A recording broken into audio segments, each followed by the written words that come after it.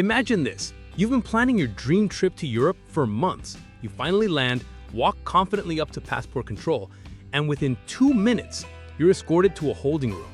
Your phone is taken, your bag's locked away, and the officer tells you you'll be on the next flight home. Why?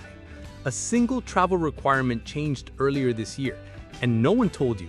It doesn't matter that you have tickets, hotel reservations, or money. You simply aren't getting in. These new European rules aren't fine print. They're trip enders. In the next few minutes, you'll know everyone before they ruin your vacation. Skip this and don't be surprised when your dream trip turns into a one-way ticket home. Subscribe now so that nightmare never becomes your story. The changes didn't appear out of nowhere, but they came fast. In late 2024, the European Union quietly passed what many insiders called the biggest travel rule overhaul in decades. No flashy headlines, no countdown clock on the evening news. Just a few press releases buried in government websites and scattered updates in travel forums that most Americans never saw. This shift wasn't about adding extra paperwork or another line at the airport. It was about rethinking who they let in, how they screen you, and what you must have ready before you even book a ticket. These rules aren't optional. They're now hard barriers, and they don't bend even for first-time tourists or honeymooners. The part most travelers miss, it's not one rule, it's a network of them. Miss just one, and you can be flagged before you even leave the States, or worse, when you land. That means non-refundable hotel bookings gone, tours paid for in advance wasted, and hundreds, sometimes thousands of dollars lost in a single morning. For those paying attention, these changes are no small footnote. They're the new gatekeepers of European travel, and right now, many Americans still have no idea they exist. You may have heard whispers about Europe modernizing its borders, but this isn't your run-of-the-mill passport stamp update.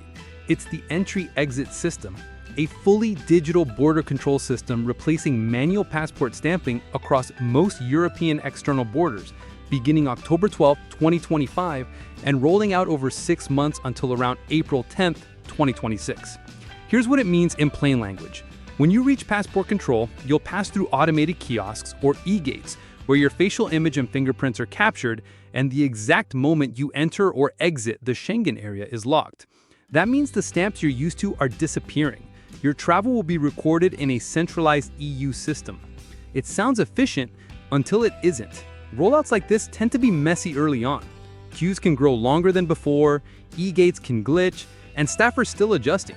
Plus, during those first critical months, not all border points will collect biometrics immediately. So even if you're processed manually, you could still face unexpected delays. The insider tip? If your trip falls in the early rollout window, get to the airport much earlier than usual. Border agents and technology will both be in transition, and long biometric lines could take more time than old-fashioned passport checks. This tech isn't designed for your convenience. It exists to verify, monitor, and control who enters. There's no option to bypass it. If the system fails to register you correctly, you don't pass. If you want to be 3 steps ahead of everyone else in that line and not the person watching their connecting flight taxi away, subscribe now. Missing this could cost you your trip before it even begins. Imagine you booked your trip to Paris. Bags packed, passport ready, but at the airport, the agent scans your documents and shakes her head. You're not getting on that flight. The reason? A rule that millions of Americans still don't know exists.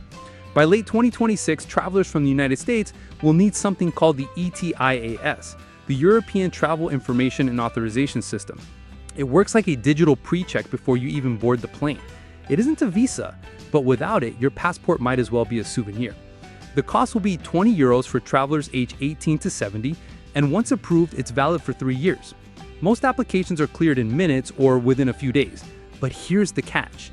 In some cases, the process can take up to 96 hours, and if additional security checks are triggered, as long as 30 days.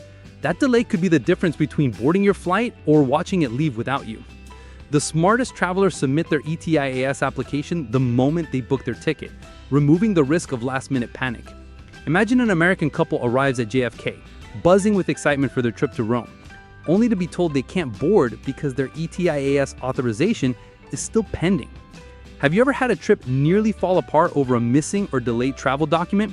Share your experience in the comments. Your story might be the warning someone else needs before their next trip. Imagine walking into Heathrow, suitcase in hand, ready for your dream trip, only to be told at the check-in counter that you can't board your flight, not because of your passport, not because of your ticket, but because you're missing a small digital clearance you didn't even know existed. This is the UK's electronic travel authorization. Since January 8, 2025, travelers from the US, Canada, Australia, and other visa-exempt countries need one before they can travel. Think of it like a digital pre-check before you even board the plane. It isn't a visa, but without it, your passport might as well be a souvenir. The cost will be €20 for travelers aged 18 to 70, and once approved, it's valid for 3 years.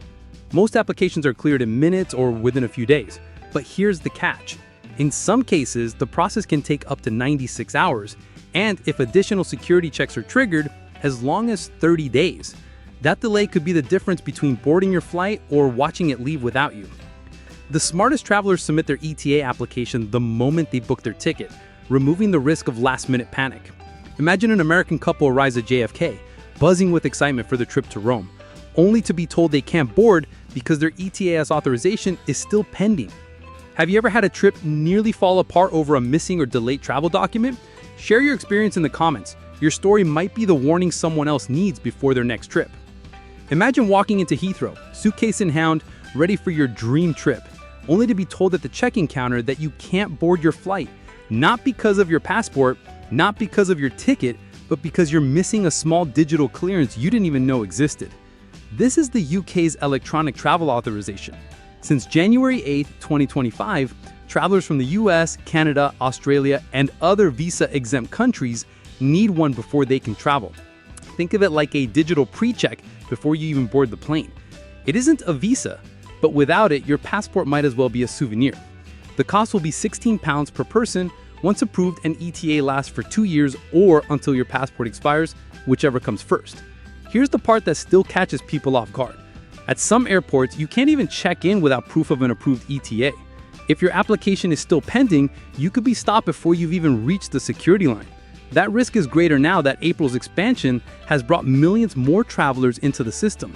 If you're planning UK traveling the months ahead, one smart move is to pair your ETA application with your passport renewal so they expire together. It saves you from staggered renewals, surprise expirations, or mismatched validity rules later. The unspoken rule is simple. This isn't like a customs form you can fill it on the plane. The ETA must be approved before you step up to the check-in counter. Miss that step and your trip doesn't start late. It doesn't start at all.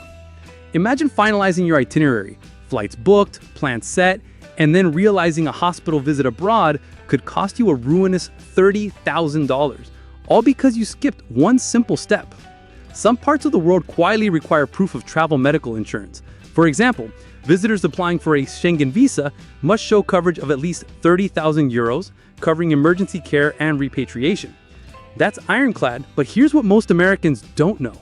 If you're from a visa-exempt country like the US, Canada, or Australia, and they're only entering the Schengen area on a standard short-term visit, you actually don't need to show that proof at the border. Still, it's smart to have coverage, because hospitals can be expensive, and something as simple as a broken ankle might land you with thousands in bills. Now, here's a trick many travelers overlook. A handful of US credit cards offer emergency medical protection. But this is where most people overestimate their safety net. Many cards don't go beyond minor reimbursements. A rare few, like the Chase Sapphire Reserve capsule, offer modest emergency medical coverage of around $2,500 and evacuation assistance up to $100,000. Most others won't come close to keeping you protected in a serious medical incident. What this means for travelers is clear. Credit cards aren't a substitute for real travel medical insurance. If you get sick or injured and discover too late that your backup isn't enough, that's not a mistake. It's a costly oversight.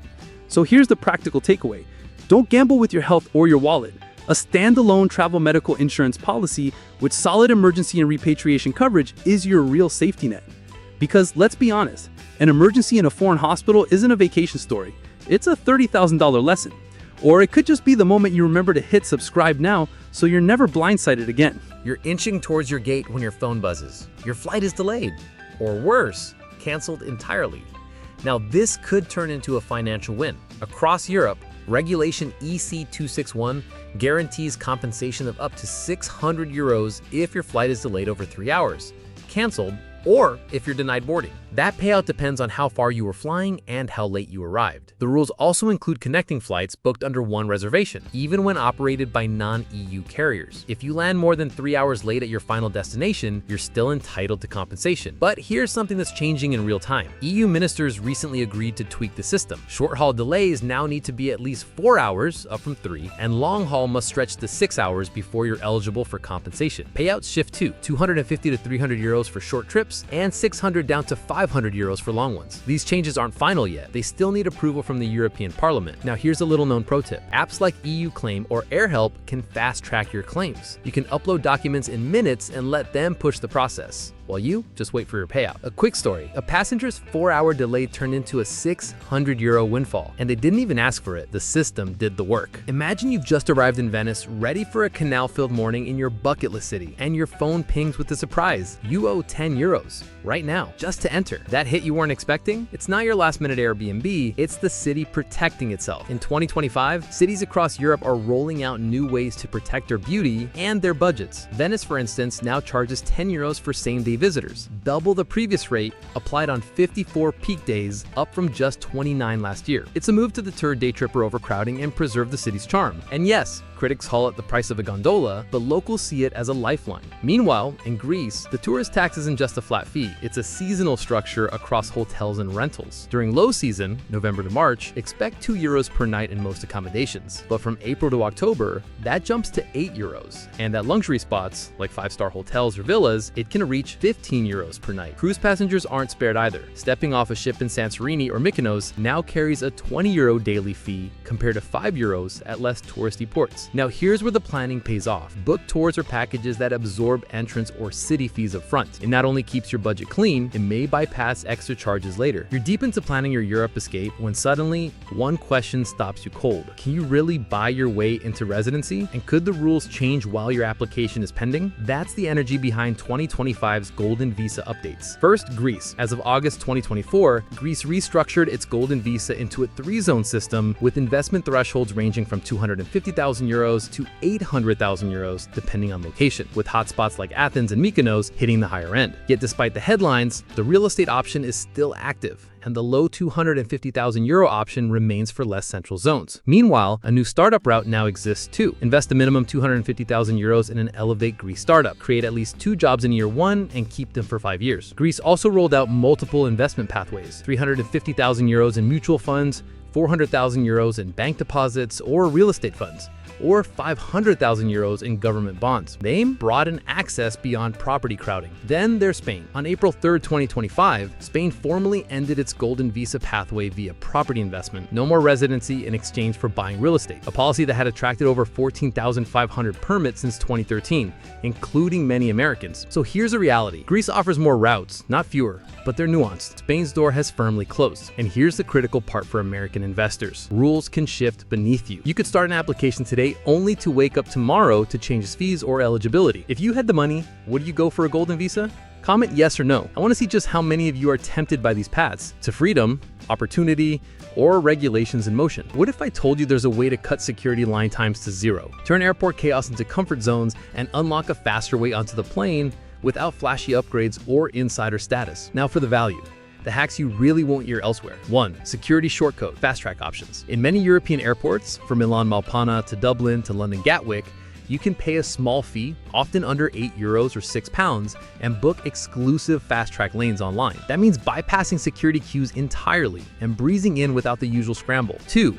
Hidden lounges, affordable peace zones. Across Europe, there are pay-per-use lounges operated by Plaza Premium, Expire, Global Lounge Network, and more. These let you skip the noisy terminal and settle into quiet comfort, with snacks, Wi-Fi, and fewer crowds for a fraction of lounge membership pricing. You can even grab single-day access starting around £20 or so. 3. Sleep pods, a better layover bargain than a hotel. Airports like Amsterdam Schiphol, Munich, Istanbul, and others now offer sleep pods or mini cabins. For example, Munich's nap cabs deliver a bed, Wi-Fi, and quiet from about 17 euros per hour or lower at off hours. Even more premium options, like those at Istanbul, let you rest starting around 7 euros per hour, ideal for long layovers or overnight flights. 4. Boarding trick. Think beyond the front. Budget carriers like Ryanair often board via both front and rear doors using stairs. So sitting toward the rear of the plane can sometimes get you off faster than being in the front. And while the theoretical back to front or Stefan method exists, airlines mostly stick with status-based boarding. So this simple switch can pay off. These aren't flashy life hacks. They're smart, subtle moves that save time, reduce stress, and stretch your travel dollars in ways most blog posts overlook. Imagine finding out about these hacks only after you've missed your lounge access or sat in the terminal for hours. Hit subscribe now and never be the one stuck on the wrong side of that glass again. 8 rule changes, 1 smarter traveler. From knowing the new carry-on limits before you pack, to using free transit passes to skipping the lines with fast-track security, every move we've covered today turns stress into strategy. Add in the bonus hacks, pay-per-use lounges, sleep pods, and the rear exit boarding trick, and you're not just traveling, you're outmaneuvering the airport itself. Being a smart traveler isn't about luck. It's about preparation, about knowing the rules before they cost you time or money, and about seeing the small opportunities everyone else misses. And if you want your next trip to be even easier, the next video will show you the best US destinations for 2025. Drama-free, no visas required.